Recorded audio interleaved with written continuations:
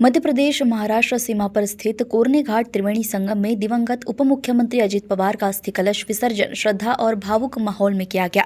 राष्ट्रवादी कार्यालय से अस्थि कलश यात्रा निकाली गई, जिसमें हजारों की संख्या में कार्यकर्ता और नागरिक शामिल हुए।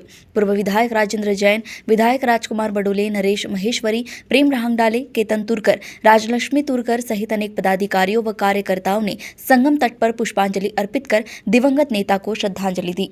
गोंदिया से सतीश पारधी की रिपोर्ट। पहले उसको पुष्पांजलि दिया जाए।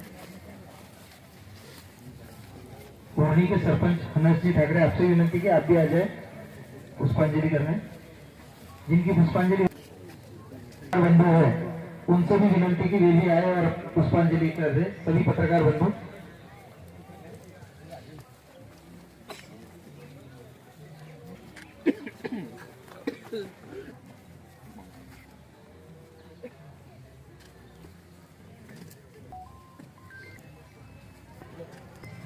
को पुष्पांजलि नहीं दी।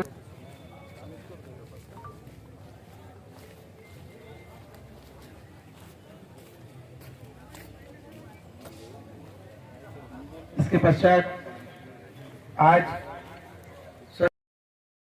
अध्यक्ष महाराष्ट्राचे उपमुख्यमंत्री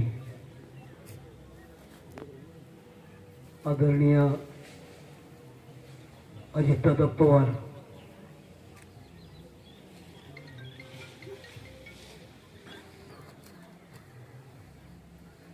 त्यांच्या या आपल्या कोरणे घाट या ठिकाणी अस्थि विसर्जनाचा हा कार्यक्रमाच्या निमित्तानं उपस्थित आपले नेते आदरणीय राजेंद्र जैन साहेब, पक्षाचे अध्यक्ष प्रेम रहांगडाले साहेब,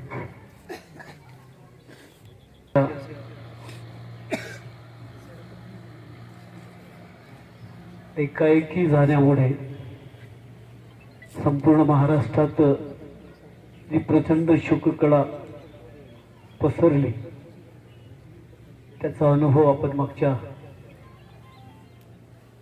3-4 दिवसापासून 5 दिवसापासून बघतोय। पक्षाची आणि महाराष्ट्रातल्या सामान्य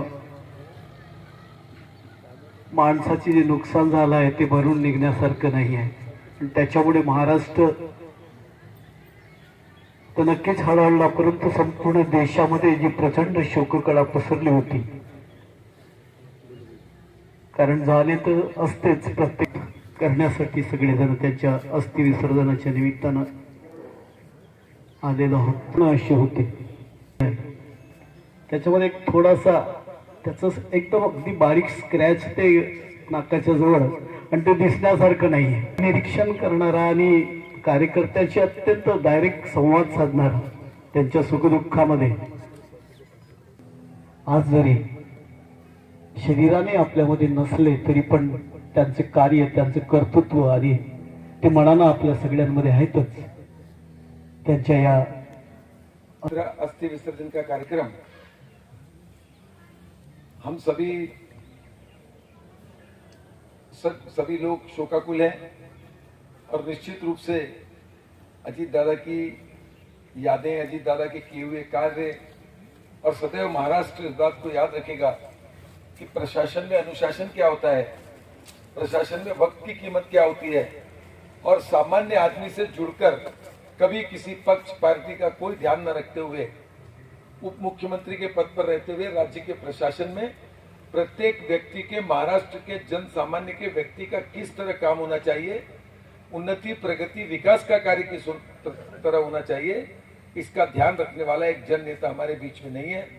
हम उनके चरणों में श्रद्धांजलि अर्पित करते हैं, आदरांजलि अर्पित करते हैं, और आज इस पवित्र कोरनी घाट पर अब से 5 मिनट बाद हम लोग ये अस्थि विसर्जन का कार्य संपन्न कराएंगे।